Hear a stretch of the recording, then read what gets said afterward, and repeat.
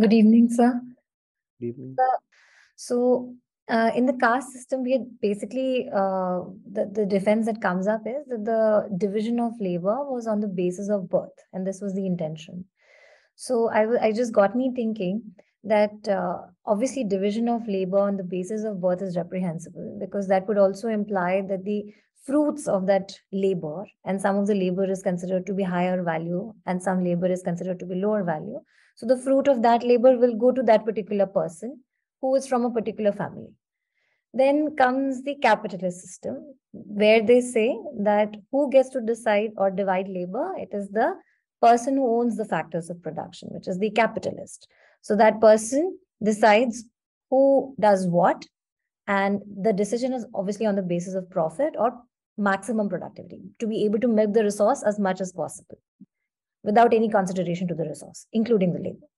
Then there's Marx, who says that to each, from each according to his ability, to each according to his need, which was like a protest against the capitalist system, which said that the fruits only go to the person who is maximum capable of producing that thing.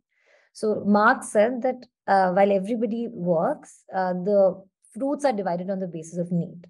So from a spiritual perspective, what do you think should be the basis of division of labor in the world?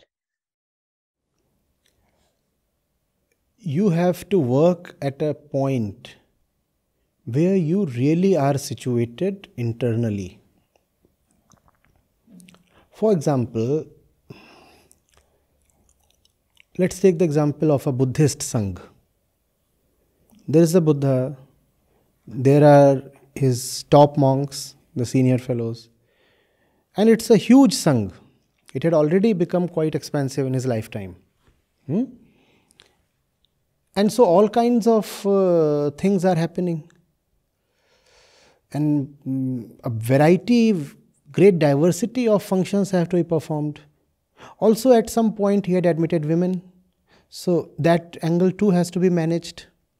There too, a train of leadership has to be developed.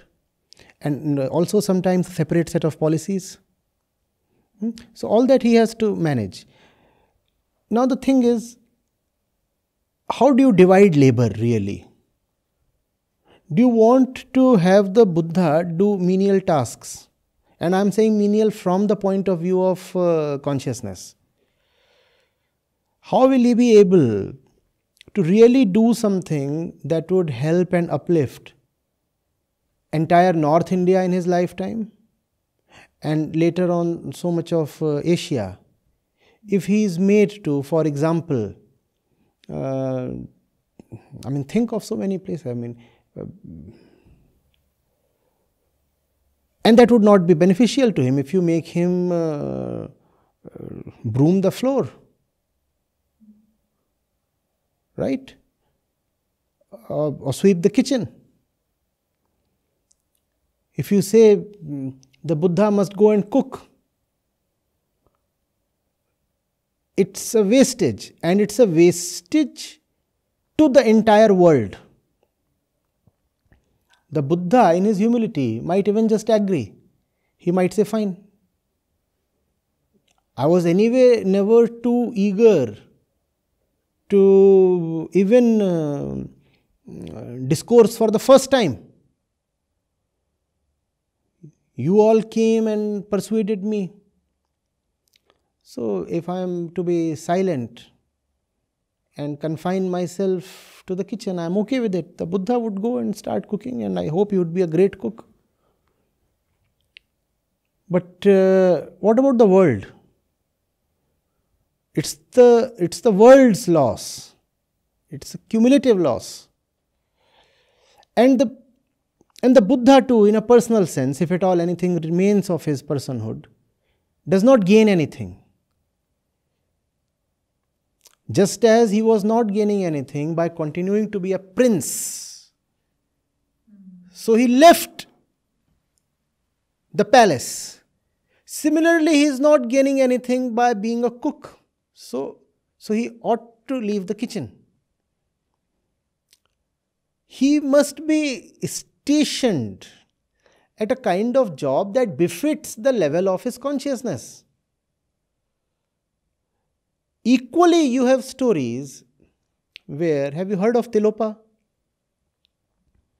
So legend has it, nobody knows for good, it's not a historical fact, but there must be some truth to it.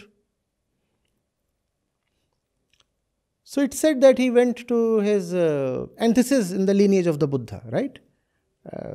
Several centuries after the Buddha. This is coming from Tibetan Buddhism. So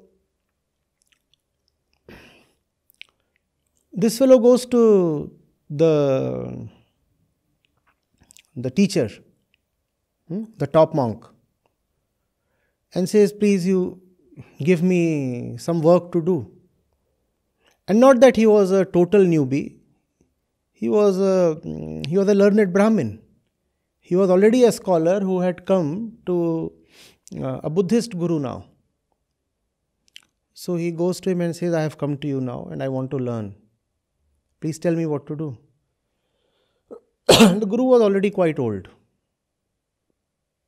So the guru tells him, you go and you occupy yourself in the kitchen. And in the kitchen, you busy yourself with working on the til. What do you call til as in English? Sesame. Sesame. So you work on that. Maybe he was working on extracting some oil from the seeds or something. Whatever the work was, he started working on that. And the guru, being quite old and also probably, old people do get demented. Guru forgot. Totally forgot. And this fellow just kept himself to the kitchen for 11 long years. It is said, it might have been 11 months. Exaggeration is almost a literary form that you often see in the scriptures. So never take anything on face value. If you read 11 years, that might mean 11 months or 11 weeks.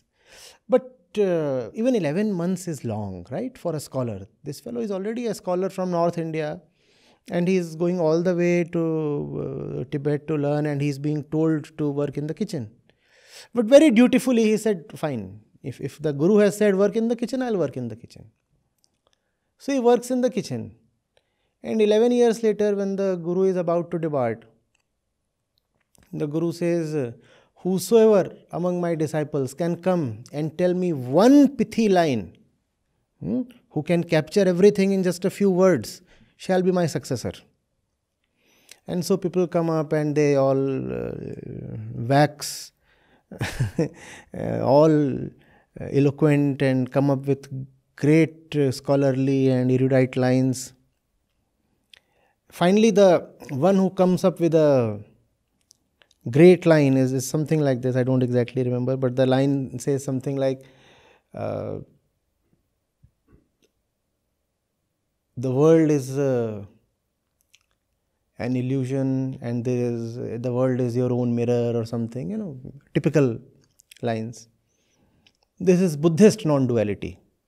Just as you have Advaita in Vedanta, there is a Buddhist non-duality as well. So this is all that. And this Buddhist non-duality is at the core of Buddhism. Very similar to the Vedantic non-duality, actually indifferent from that. So everybody there in the monastery thinks that the successor has been found. What great lines this fellow has written, see? So finally, nobody remains who hasn't tried. And Tilopa is busy in his kitchen. His name itself has become Tilopa because he was busy with the till. Finally he comes and he sees what is written, and it was on the wall probably or something. So he goes there and he wipes it clean and stands there. And the guru smiles and says this and departs.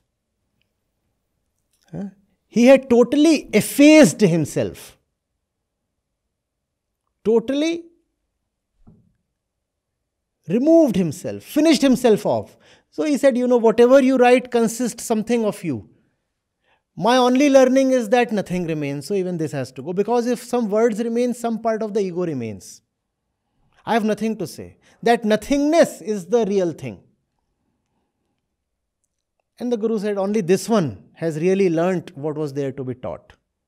All the others have principles and concepts. This one has really understood.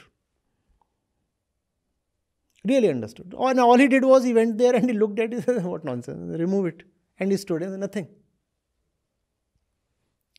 So, even something as routine, as mechanical, and as lifeless, as grounding seeds in the kitchen, can be of great help provided you are the one who needs help at that station. Just as we said, the kitchen would be of no use to the Buddha. The kitchen proved to be of great use to Tilopa. That's how division of labor has to happen. You have to figure out what is the kind of work that would benefit a person depending on his state of consciousness. Just as it is a shame to appoint a Buddha to the kitchen, it's an equal shame to appoint someone who doesn't deserve it to a position of great freedom. Because internally, if you are still enslaved, and enslaved we are all born, aren't we? Internally you are still enslaved, and outwardly in your job you are given great freedom and authority. It would prove devastating not only to others but also to yourself. So that's how division of labor must happen. Division of labor is simply contingent on the station of consciousness. Figure out where does the person stand internally, and accordingly let him work. That would be of value to him and to the entire world. He would rise, the entire world would rise.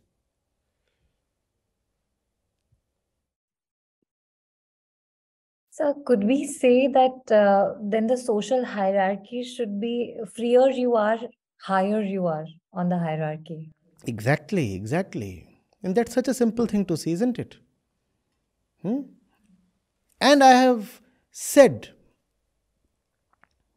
already that even the distribution of resources, not just that of labor, has to be according to the strength of consciousness. The more my consciousness is free, the more I am somebody who can be entrusted with resources. Resources should not be allowed to be commanded by people of small minds. If you say, but he earned it, he deserves to have it, you do not understand life. Even if a small kind of mind happens to, by chance, earn great riches, he does not deserve to have those riches stay with him.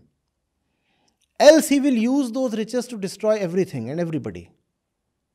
And it's quite possible to become rich just by chance. You have ample instances.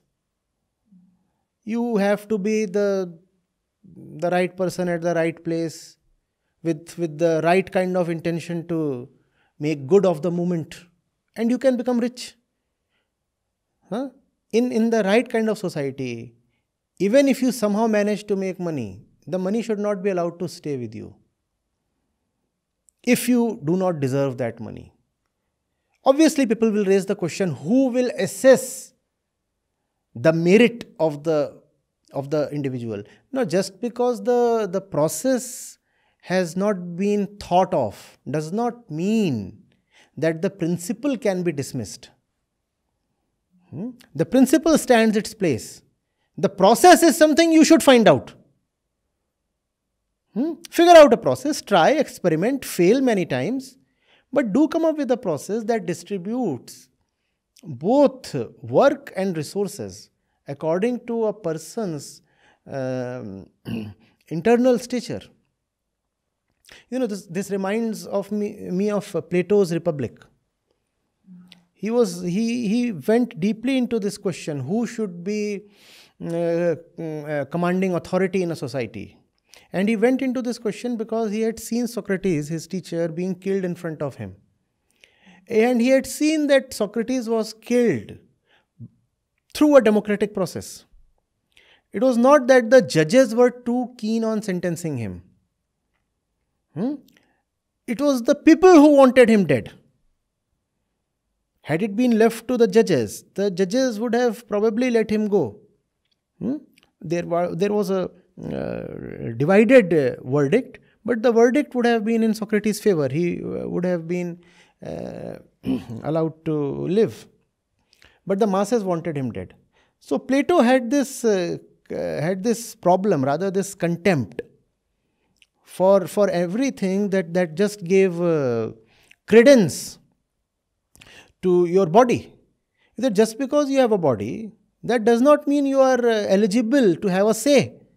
It is not your body that must count. It is your mental stature that must count. And after Socrates died, Plato left Greece. He started wandering here and there. And for many years, I suppose 10 years, 12 years, he just wandered and he wanted to see what is going on. And once he had understood a bit of life, he returned. And then he said,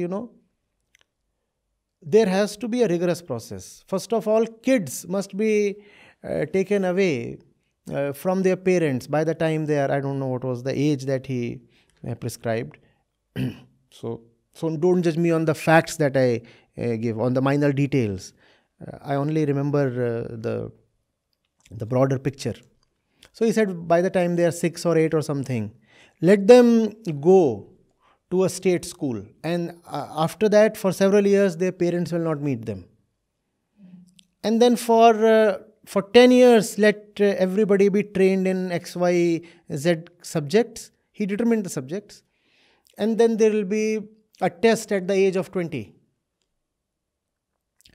And half of them will fail that test. That test is designed to keep only the top half of the students. And those who fail, they go out and they become the workers of the society. And then they are trained for another 10 years. And after these 10 years, of those who remain, 3/4 are made to exit. And then these become the officers, etc. By this time, these people are 30, 35 or something. Now only a small group remains. They are trained further and tested, and every 5 years, more and more of them are just expelled from this thing. And now, but now they become the commanding factors and forces in the society, in the economy. And finally, you can read the details, but that's how that proceeds. Finally, by the time this entire bunch reaches the age of 50, only one will remain.